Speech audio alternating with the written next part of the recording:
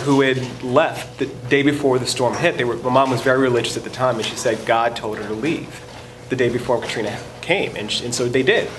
And so they went to my aunt and uncle's farm outside of Selma, but my mom was still keeping in touch with friends that she had grown up with in the lower Ninth Ward who had left. And for many of those people, like Katrina presented a silver lining. This was a chance for them to escape poverty. And so I went back to my editor maybe 4 or 5 days after the storm hit and said, I don't want to just go to cover like the fact that people are trying to leave New Orleans. I want to write about a very specific theme, which is the silver lining. People see the storm as a chance to escape poverty. And so I lobbied. I went to like 4 or 5 different editors between my direct supervisor and his boss and some other people, and within like 48 hours I was in Baton Rouge. And I didn't know what I was going to find. I didn't have time really to set up sources or anything. And so I just went to the main evacuee shelter, which at the time was the convention center in Baton Rouge, and just started interviewing people who were trying really hard to get on the flights to Colorado or Utah or Minnesota. And one of the most striking people that I spoke to, really this is on my first day in Baton Rouge, was a 33-year-old African-American woman from New Orleans who, she was a mother of 6, who claimed that she had been separated from her kids and her mom, and she was totally just freaking out.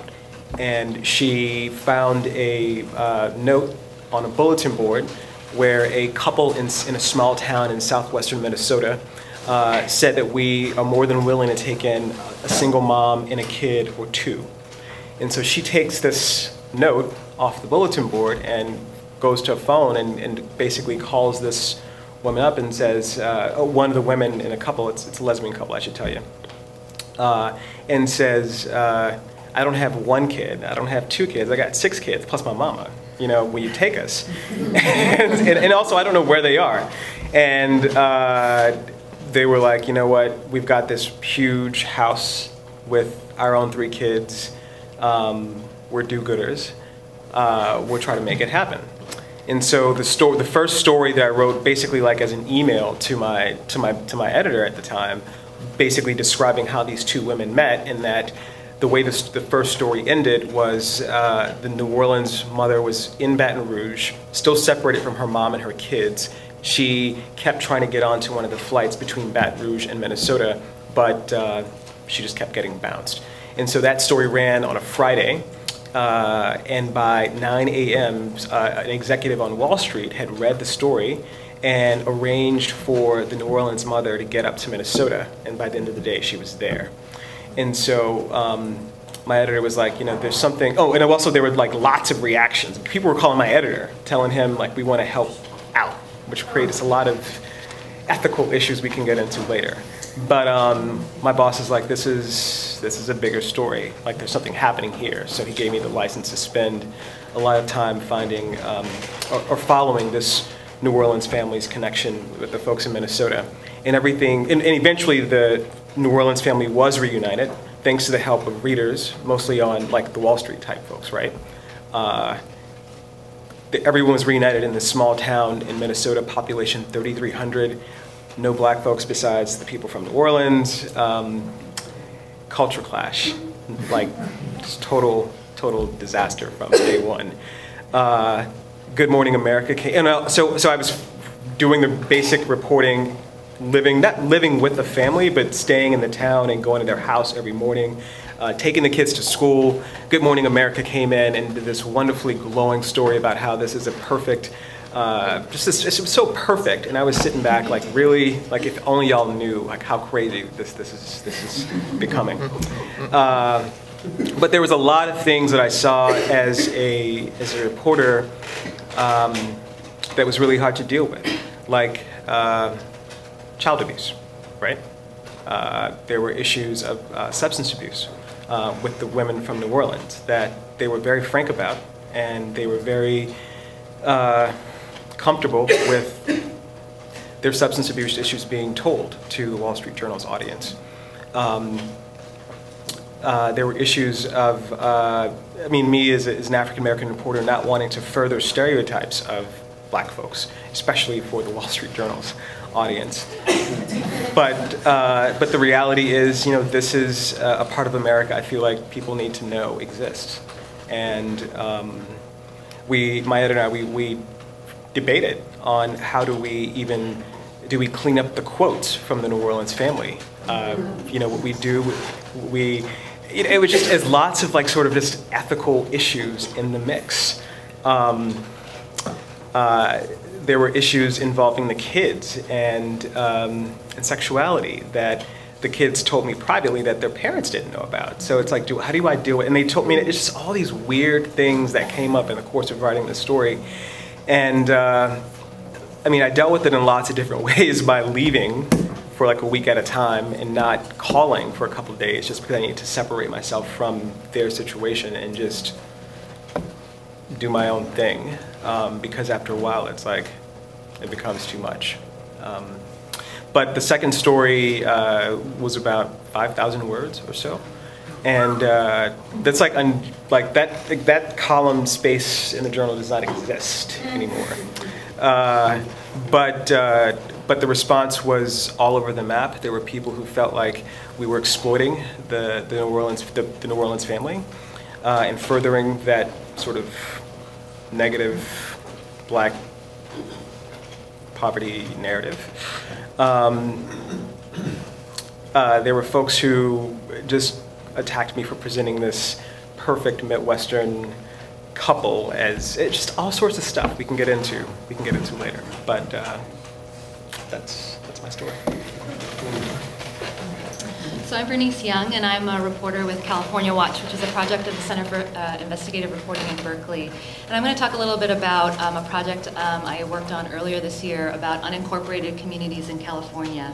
And I'm essentially going to bring up two vexing questions that kind of always seem to crop up, and I'll talk a little bit about how I solved them for this particular story, but I think there's probably no universal answer, I don't think, but I'd love to, later on talk with all of you about, what you think and what your suggestions are and how you handle some of these quandaries.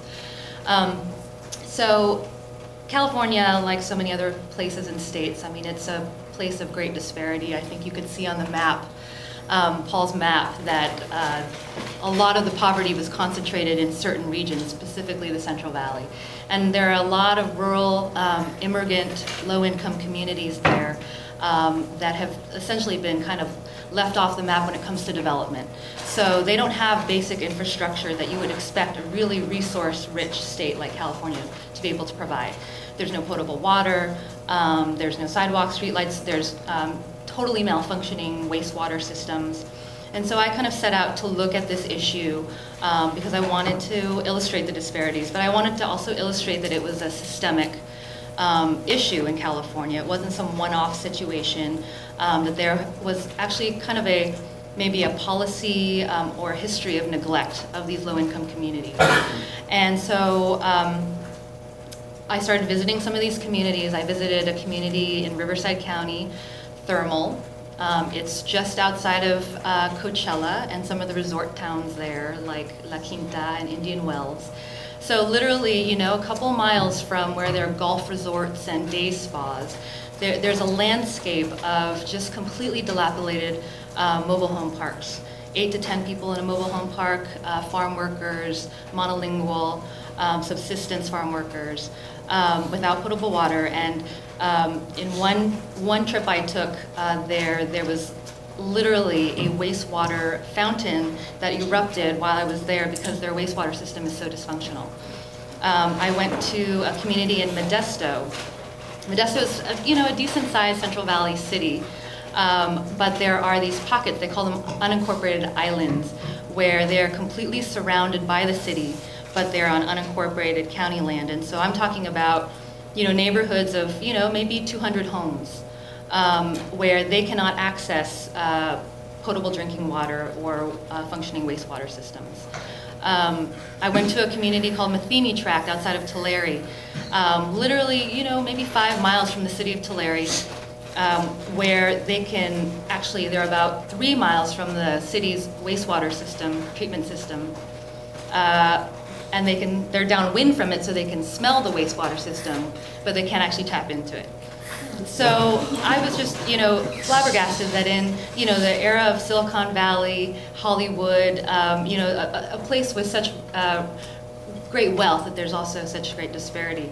And I thought that maybe the best way to kind of illustrate this issue, in addition to the human stories, of course, was to do some great whiz-bang kind of interactive map a la, Paul Overberg. That would have been my dream. So that kind of brought me to my first quandary, which is the quantification quandary for these really, really disenfranchised and underserved communities, where they are by definition off the radar. There are no numbers tracking these communities. I mean, there are. I would be speaking to say that there are no numbers, but the numbers are scarce and they're not always accurate. So I actually worked with a public policy think tank in the Bay Area called Policy Link. They work nationwide to try to come up with a methodology. They had already started to develop one, and I'm not going to go too into the weeds on this, but essentially they came up with a really smart way of trying to map all of this using parcel density data, using publicly available county maps, using 2000 census income data. So we wanted to update it and use 2010, make it updated because it was going to run in 2012.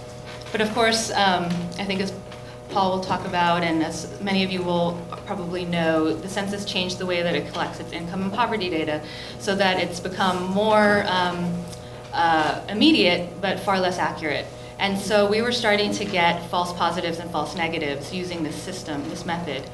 So after tons of wrangling and discussion and debate about whether we could or could not make this map, which we all so badly wanted to make because I think that it would have really, in many ways, helped us visualize kind of the extent of this issue, we decided we had to scrap the map. No map. So that was a problem of there just not being enough data in this instance. So, what we ended up doing was we did localized maps. That was all our alternative. By doing that, I think there was actually some power that came out of it because it showed really clearly in some of these communities that I was reporting in how close they actually were to some of the municipal services and the cities themselves. We were also able to compare the census data to some of the local community surveys that had been conducted by local universities and community groups. And in some cases, when it came to income, it was astonishing. There was sometimes maybe a $15,000 to $20,000 difference in what residents were reporting in their annual income. And so, so the story became also about pointing out that there was just simply not enough data being collected, that maybe officials needed to turn their attention to these communities in a really holistic way. And then the second quandary I faced, and I had some great conversations with Kavitha about this, is what is our ethical responsibility as journalists for working with real people who may not know how the media works, and who don't know what the terms of engagement are. Obviously we don't need to be paternalistic about it, but at the same time, how far do we have to go to make sure that people understand what it means to be quoted in this publication, or have their likeness used on a video. An example I'll give from this particular story is that back in Thermal, the community where I saw the wastewater fountain, I met with a woman at great length. She showed me her home. She showed me the problems she was having with her plumbing. I spent several hours there, and I left, and then when it came time for fact-checking, I called her back and I asked her to confirm that she had told me these things, and she did confirm them. It was another, half hour, 45 minutes on the phone with her. And in the end, I said, so do you have any questions for me? And she said, yes. Do you think I'm going to get evicted if I'm in the newspaper? And I thought, oh my God. I said to her, I honestly don't know. I really don't know the local dynamics. I don't know what's happening there. But I'll tell you what I'll do. I know a lawyer that is working in that particular community with another client in that same mobile home park, and I will consult with the lawyer, to find out, and then I'll have the lawyer call you. And I think that in some ways, that's maybe it's not what we can be expected to do in every occasion, but on the other hand, I just, I wouldn't have been able to sleep at night if I, knew that I had caused harm in the process of trying to do a well-intentioned story about, these disparities. And so, yeah, it's an issue that I come up against time and time again. And, obviously, I just try to be as transparent and remind them as often as possible.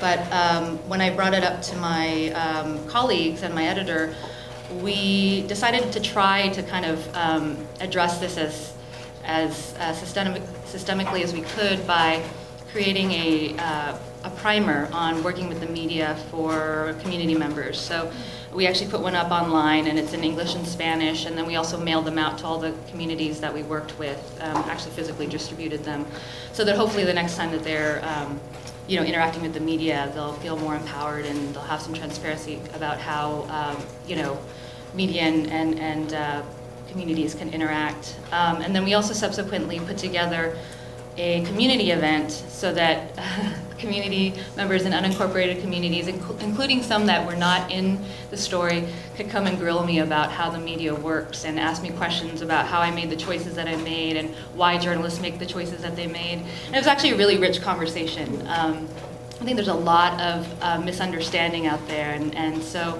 it was actually really rewarding to kind of outreach in that way. So those are my two quandaries, and I'm looking forward to hearing from all of you about how you resolve some of them. Okay. I'll go quickly through setting up Rosalie and the obstacles that I encountered, one of them from my editor, Bob Woodward. While I was working on the adolescent childbearing series that we talked about earlier, I really became interested in this issue of the underclass, the American underclass. And I saw it as fortuitous that when I was on leave writing a book about the adolescent childbearing study, the Urban Institute issued a definition of the American underclass and identified 9 underclass areas in Washington, D.C. And I could tell that most of the Washington, D.C. prison population came from these 9 communities. But what really helped me with that study is that they had a definition. Now people quibble with the definition, but that's the definition that I used to find the families that I wanted to follow that ended up with one family, Rosalie Cunningham's. But the 5-part definition was that an underclass family was female-headed, marginally employed between the ages, or unemployed between the ages of 18 and 65, welfare dependent, and did I get, was female-headed, marginally employed, almost all of the members of the family have not graduated from high school, high levels of illiteracy, and welfare dependent. And then the 5th part of that definition told me where to look for the family.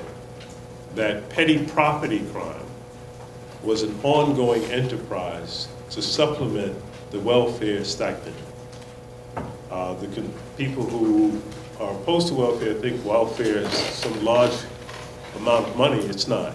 And those who are in the underclass are engaged in all kinds of activity, most of them illicit, to supplement as a family enterprise, the welfare stipend.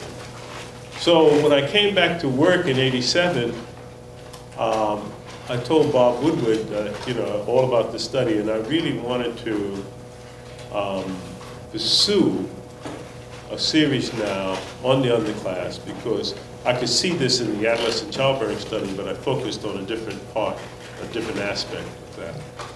And he said, no, you can't do that. We've got enough stories about poverty, blah, blah, blah, blah, blah, and all the twin studies, blah, blah, blah. So I just looked at him, and then I decided I was just going to ignore him. I was not going back to him, and I colluded with his deputy to begin the underclass study. He thought I was doing something else for about a year.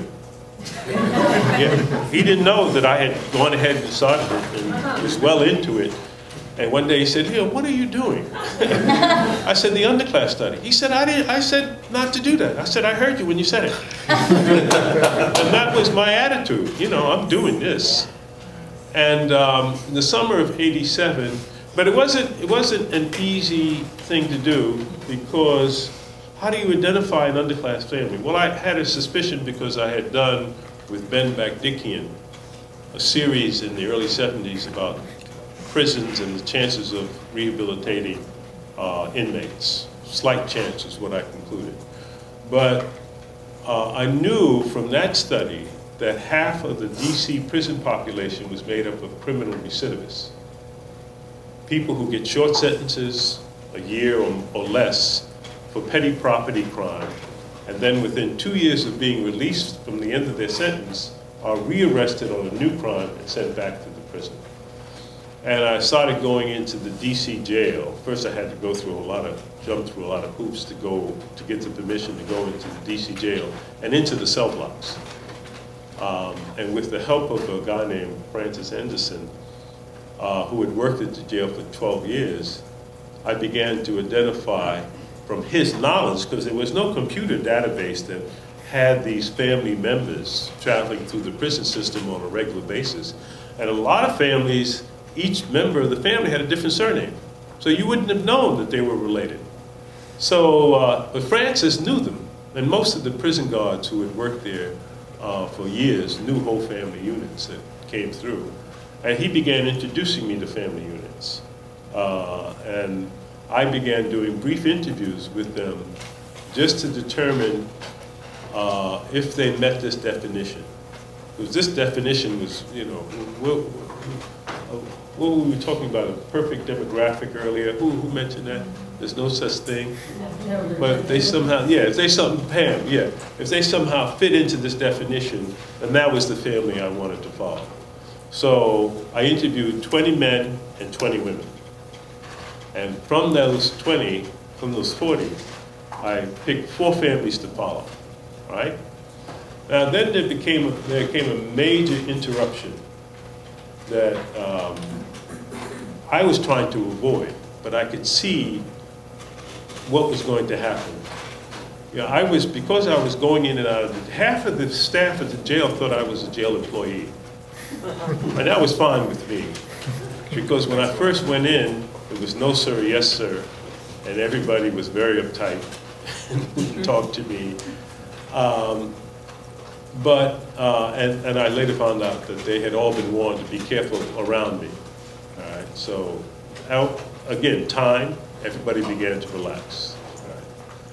But what I was noticing now, Washington in the summer is a hot bowl of soup, right? And all of these officers were showing up to work with long sleeve shirts, the cotton gray shirts. And the shirts had begun to shrink, as cotton does. And I could see when I was going in and out of the staff entrance. So I could see the beginnings of track marks from intravenous drug abuse right below the collar. And then I noticed that, and I had done series in the 70s about drug addiction and its effects and intravenous drug abuse. And then I noticed the pock marks on the backs of the hands. And these were scabs. They were covered by scabs. So this is a fresh injection, right? This is not old intravenous drug abuse. These are active drug addicts. And then when the alcoholic officers in the prison began to relax with me, they began to point out the drug addicted officers, because alcoholics look down on drug addicts, and intravenous drug abusers look down on pillheads, you know, so there's a whole hierarchy there. And there was the alcoholic officers, and there's a tradition of alcoholism in prison systems. It's a high stress job, low pay. Began pointing out the drug addicted officers as a danger to the security of the prison, without acknowledging that they also, because some of them passed out at their post and so on. But this was not the story I wanted to do. And I was afraid to tell my editors what I was seeing. But the guilt was just beating me to death. Because I knew if I went back to Bob Woodward and the editor that I worked very closely with, Steve Luxembourg, who knew what I was doing, they would say, oh, you have to drop the underclass study, and you have to do this, you know, because there's no one else that has that kind of access, and no one knows, you know, so. And that eventually happened. I told them, and they said, you have to drop the underclass study, and you have to do this. And what did they stipulate? That I get drug-abusing officers on the record for publication in the Washington Post. Right. I said, oh, you're going to sign me into the jail for the rest of my life. But actually, it took me 2 years of concentrated interviewing. And periodically, I would try to stay in touch with the 4 members of these 4 families. And then finally, that was published in June of 1990. I took a vacation and I came back and began looking for all the 4 families that I wanted to follow. Well, that became very quickly. I realized that was not going to be possible because 3 of the families were headed by active drug addicts, and when they were in jail, it was fine to interview. They were agreeable to being interviewed. But when they were out of jail, they were back into drug use, back into all kinds of illicit behavior. And I'm coming around asking for an interview, you know. And they're either high or trying to get money to get high. And then one of them that I was very, very interested in, his last name is Hauk, I forget his first name. He said, you have to start coming around here because when he was arrested and I met him in the jail, he was selling Love Boat or phencyclidine, PCP. It's a drug you spray on, it's an animal tranquilizer actually, you spray it on marijuana, sell it. But when he came out of jail, he had moved into the crack trade. And he said, well, the guys that are in the crack trade with me think that you're either an undercover officer or I am, and they said they're going to shoot both of us. So said, I'm not trying to die. So that was that. And then, and then I focused on Rosalie. Rosalie had gotten out of, been released from prison. When she was arrested at the corner of 14th and W Streets Northwest for selling heroin to feed her 3 grandchildren, because their mother, her youngest daughter, was in the jail for selling crack. And when I met her, this is what Frances Henderson told me about her. And then when I met her, I interviewed her for 9 straight days, using that methodology I told you about: school, family, faith, and growing up outside the family. And that took 9 days, because she was 51. There was a lot to talk about. She had a great recall about particular pivotal points in her life. And also, she told me about all 8 of her children, 6 of whom were active drug addicts and cycled in and out of the prison system regularly, and 2 who were not, had never been involved in drugs or had gone to jail. And I was very interested in those 2, Alvin and Eric, her 3rd and 5th born sons.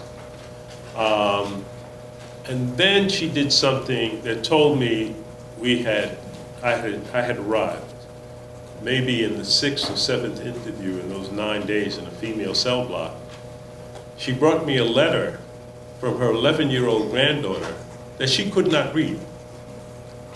And she asked me to read it to her. And so I had the tape recorder going. But what she had done was indicate to me that she had gotten to know me well enough to know that I would not make fun of the fact that she couldn't read. And that was more important to her. And when she figured that out, she gave me the letter and I read it to her. And the granddaughter was talking about, she had no one, her daughter was still in prison. She had no one to look after her, and so she was thinking of committing a crime so she could come into the jail and go and join her grandmother. I later met that granddaughter. I never mentioned her name in the series, but I said, did you realize that at 11 years old you weren't going into an adult jail? She said, no.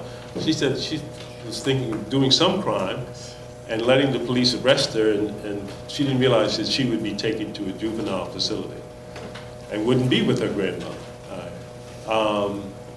But then Rosalie eventually was released from prison in May of 1988. I met a couple of her members of her family during that period, but I was working on the drug-addicted prison guards. And then I began looking for her when that was published, and I couldn't find her. And then I realized that she was on, since she had been released from prison in '88, she was on methadone maintenance. And she was still looking after her 3 grandchildren. So she hadn't gone back to heroin use. I was pretty certain about that. And then I remembered where the methadone clinic was, and I knew that she couldn't eat anything in the morning until she had a methadone, because it would come right back up. And I went to the McDonald's. She always went to a McDonald's near the methadone clinic for breakfast. And that's where she dealt her drugs too. She dealt prescription drugs. And I went there for about a week and a half looking for her. And I talked to the manager of the McDonald's. I gave him my card. I asked him, did he know Rosalie? He said yes. And I never heard from her. And then finally, I just went there early one morning and waited and waited and waited, and then she came. And then we were reconnected.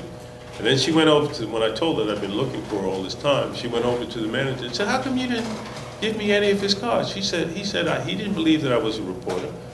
He thought I was a welfare investigator. And I was just using that as a cover. And what had happened was that Rosalie had worked at that McDonald's, and they had paid her, and the welfare office became aware of it, and they came down on her and McDonald's. So he was trying to avoid that. Right? And so that was by September of 1990. I then went on for the next 4 years, repeatedly interviewing her, all 8 of her children, 6 of her brothers and sisters, and 5 of her grandchildren, 5 of her 30-odd grandchildren. Okay, that's enough out of me. She died. She died of AIDS-related pneumonia, July 7th, 1995. How old was she? 58. Did you say AIDS or age? No, AIDS. AIDS-related pneumonia at Howard University Hospital. Okay, we'll open the floor. I was just curious, actually, and you read this was such a long period of time that you spent with it. At one point, did she ever just say, "Would you just like stop bugging me and go away?" I'm just... No. We had really become very close, but she would get annoyed with me. Every other day, she threatened to beat me upside the head. And I told her at one point, if you had hit me as many times as you threatened to, I'd be dead now. And she had very powerful arms. It came from years of scrubbing on a washboard, family linen and clothes and towels. But no, she never pushed me away. She would get angry with me and annoyed with me with my questions, but never pushed me away. She always wanted me to advise her about how to get out of this trap she felt she was in with her drug-addicted children. And I would say, well, I can't advise you. I can't give you any advice. Because, and she would always ask the same question, "Why can't you give me advice?" I said, because if I give you advice and you follow my advice, then I can't write about it. It's dishonest. And that meant nothing to her. Then our relationship evolved to the point where I said, I'm not going to repeat the thing about being unethical. So I'm not going to go through that again. But I know you well enough now to know that there's no sense in me giving you any kind of advice. And she said, why? I said, because my advice would force you, if you followed it, to make hard decisions. And you only make soft decisions. And then she would ask me why. I said, because Alvin and Eric come and put your drug-addicted children out of the house all the time. I've seen it. When the children drive you crazy about begging you for what little money you have to buy crack. And after Alvin and Eric put them out, they go down the street for a couple of hours and come back and knock on the door, and you let them right back in. And they begin the same behavior immediately. So I know well enough not to give you any advice anyway. All right. A question for especially the daily journalists here, but maybe everybody. You talk about being on a story for 2 years, 4 years, 1 year. Does that mean that's basically all you're working on? And coming out of that question, the larger question is, how do we handle the changing economy of journalism, both for the employed and the freelancers? How do we get these stories? What impact is that having on our ability to get not just the column inches, but the level of depth of immersion you're talking about, the time that it takes? So I can tell you, in my case, the Katrina series was done in 2005. I worked on it for a total of 4 months. That I know for a fact is not happening at the Journal anymore. That the second story ran on the front page, left-hand corner story that was called Leader, L-E-D-E-R, that in the Rupert Murdoch era is gone. He thought it was a waste of space, right? So it was a luxury. Now that I am a freelancer, I'm sort of finding a number of ways to do projects on issues that I care about, including with barbers. It's very tough. Can you talk about the number of ways? Because we've had so many conversations here, and people have said, "Oh, write it for free and doors might open," which is, it's true, but that you can't pay the bills that way. So, I mean, this has been a crazy year for me for reasons we don't have to talk about here, but I mean, the economic hardship reporting project has been very helpful in funding a story on the decline of the black middle class that, frankly, I've been trying to do for 3 years. So that provided some funding. I teach narrative journalism at George Washington University in DC. I've got a bunch of writing and editing projects that are, frankly, for foundations that have nothing to do with journalism, but just people who I've met around the way. But basically, it's finding crazy ways, not crazy, but ways to use the skills that I've built up over the years to support the projects that I care about. And the scary thing for me is that I really fear that my journalism might become a hobby at some point, right? I mean, it's just the reality. I've never worked for 2 years on a story. I've never worked for a year on a story. And this story, I think I got about 4 or 5 days of work in over the space of a couple weeks, and that's not unusual for this kind of thing. I can't talk about freelancing, but I can talk about if you're staff and you've got multiple levels of deadlines to feed. One of the things I see a lot of staff people doing now, it happens at our place, is you want to do the big story, you basically have to sort of sell it. And you can't just sell it as a big story. What you do is you start blogging items in. You write a brief about a story, a study that hints at something. And you also have to be patient and save string. And I've done stories, finally, our demographics reporter and I, we will watch a trend for 2 or 3 years and talk to experts and watch the data before we think it's real enough that we can actually sell it as a story. And you just got to be patient. In the meantime, it's not like we're sitting there just sort of waiting and stroking our chins. We're working a really broad waterfront of things, whether it's, and the recession in some ways, the silver lining of the recession for us is it has given us a unifying story theme for all kinds of things. This started out as a business cycle or a debt recession, and it quickly became an economic recession. Then it became a Great Recession. Now it's a demographic recession. It has been for at least a couple of years in a national scale. And so we can write on a whole bunch of fronts stories about how it's affecting the demographics of the country and even the immigration which is, again, a piece of the demographics. But what we're doing is we're playing on about 4 different keyboards there. And, if you can't find the story in one place, you're working in another, and you're constantly working to see, well, we haven't touched this in a while. Is something perking along there that we can do? And you just have to be able to monitor that much stuff going on through human sources and data so that you've always got something that's ready to throw in the paper the next day or the next hour. Now that you mentioned tracking in the community in Coachella and the drugs, and maybe I'm missing this link on the conversation on poverty, but this area in Coachella, I met a guy. Most of the people who live there, they are indigenous, Mexican indigenous. They don't even speak Spanish. They're coming for a very poor community from Michoacan.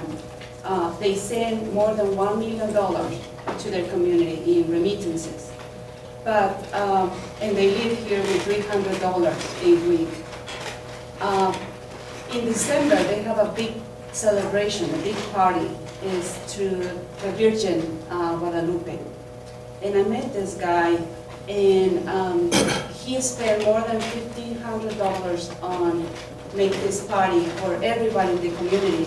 And the reason why is because every year someone has to pay for the party. And they ask for something. They ask to the Virgin to make a miracle. Most of them it's, of course, crisis, money, the situation. But this guy, he prayed because he get involved in a drug addiction. There is a lot of drug issues in that particular, in Los Duros, in Indio, because it's a trafficking, because it's part of the network. And instead of the Americans, they go to rehabilitation center. They don't go to rehabilitation center. They spend the money in a big party and pray for help. He said, the Virgin is going to help me. I don't want to use drugs anymore. And I miss this conversation on religion and poverty. It feels like when you are in a big necessity, you believe more. There is no track. I don't know how can I track, how can I map this connection between religion and poverty. We have cases, Hispanic immigrant, they turn into Muslims, and they know this religion in the detention centers. And when I asked him, hey, you were a Catholic, I mean, what are you doing now as a Muslim? How did you find out this? He said, well, I was in a detention center. And a guy over there told me, in this religion, everybody is the same. There's no upper skill. We all the same. That's the reason why we get attracted to this religion. There's another group of immigrants, they're moving to Pentecostal. Yeah. Why? Because they promised rich, they promised money, they promised to get out of poverty. So I think there's a lot of connection between religion and poverty, and maybe I'm missing. Yeah, I have a theory on that, which I would only apply to the white poor, because that's where I have more intimate knowledge, and that is that evangelical Christianity is like a big detox program. I mean, so many of the evangelical Christians I've run into will talk about a history of some sort of drugs, and then that's what church is. That's where you can get straightened out, and there are these rules, and you can do it, and so on. And then so you sort of I don't like to dwell on the drug aspect, but too much, because I don't like to feed into any kind of stereotypes. But I think there's a lot of drug use in the white working class. Obviously, prescription pills, and for those who could afford it, marijuana. And that you could really divide the population into the druggies and the Christians. And the people will go into, get religion for a while and say, I'm going to straighten out, and I know I can live better if I do this because the pastor says. We've got to stay married, we've got to, be sober all the time. And then, you know, that's going to wear off in a certain amount of time, and you're going to be back and forth. My theory. And I think in this case, in Los Duros, it's just, I mean, when you're there, it's like you're going to the third world, even worse. I didn't have that kind of situation in my hometown in Mexico, the situation that they have in Southern California. But that they are afraid to go to institutions and ask for help. And you have a big problem of alcohol and drug use. It's just the route. I mean, it's right there. It's half an hour, I think, an hour from the border. But it just, in this community, religion is so important. And they are the poorest, I think the unemployment rate is 22%. And generally in California, it's around 40%. So it's the double just in that particular community. You know, it's just kind of, I would like to map a connection between religion and poverty. I'm saying you'd see some back and forth. Yeah, that's so, yeah. Not a lot. I had a question for Leon. Because I was at the Post, I think after you left, but I remember those stories so vividly and the impact that they had on the community. And as I recall, there was a lot of backlash from the community. Oh yeah, there was. This. So I'm just curious, how did you deal with that backlash? Well, I knew it was coming. It came in the adolescent childbearing series. A lot of backlash. I went to speak out in the community where I had done the study. At a meeting that I was asked to come to, and I spoke, and a man stood up. A lot of people were yelling at me when I got to talk, and I just stood there waiting till everybody finished yelling. And people were very angry, and they directed their anger toward me. And I was beginning to speak, and the guy stood up and said, "You have given me a headache." I looked at him and I said, that was my intention. And that diffused everybody. Because I wasn't there to apologize. I was there to alert them to a crisis. This is a crisis. Right? You see this as unremarkable around Washington Highlands, but it's a crisis. And by the time these young women have a second child, that's it. Right? They're not getting out of poverty. Period. They may get out of poverty if they have one child, but second child, that's it. On the Rosalie series, there were 4,600 phone calls. And the Post recorded them all and told the people that they were recording. If you wanted to leave a message with Leon Dash, leave a message. Gee, Lord help me. About a third of the phone calls were very, very angry. Most of those people were from the black middle class. Furious with me. I won't go through all the names. I spent 2 months and I returned every critical phone call. And it took so long that when I called some people back, they had forgotten they called. I had to go through this long thing of explaining, who I was, what you called, because I had the transcriptions there. What you said on the phone, And they said, "Oh, you're that SOB." and they would start. I will say this, I explained myself in great detail to each person I returned. I returned every critical phone call. I didn't return the phone calls that praised the work. And I said, well, look, my measure was, everybody was talking about stereotypes. I said, well, my measure was the study done by the Urban Institute. And they broke it out percentage-wise, that 57% of the American underclass is black for historical reasons of marginalization and oppression. 20% is white, 20% is Hispanic, and the remaining 3% is Asian American and Native American. So it made sense to me